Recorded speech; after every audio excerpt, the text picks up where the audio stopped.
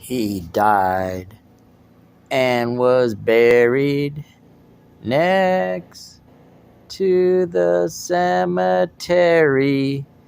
His old truck was put in the parts yard. They both retired. He was expired, and he was funeral time. Now his old truck was done at the same time.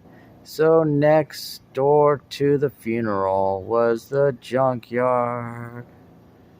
Then one day they saw his spirit leap over the junkyard wall.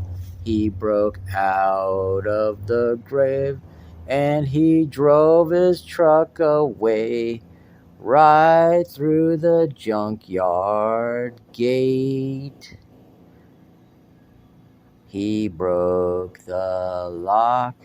He went for a ride in his truck. It was resurrected. He was last seen in the town square, making a left at the light, and his truck and him were all right. Now the moral of the story is old trucks never die. You can kill the pickup, but you can't take his life.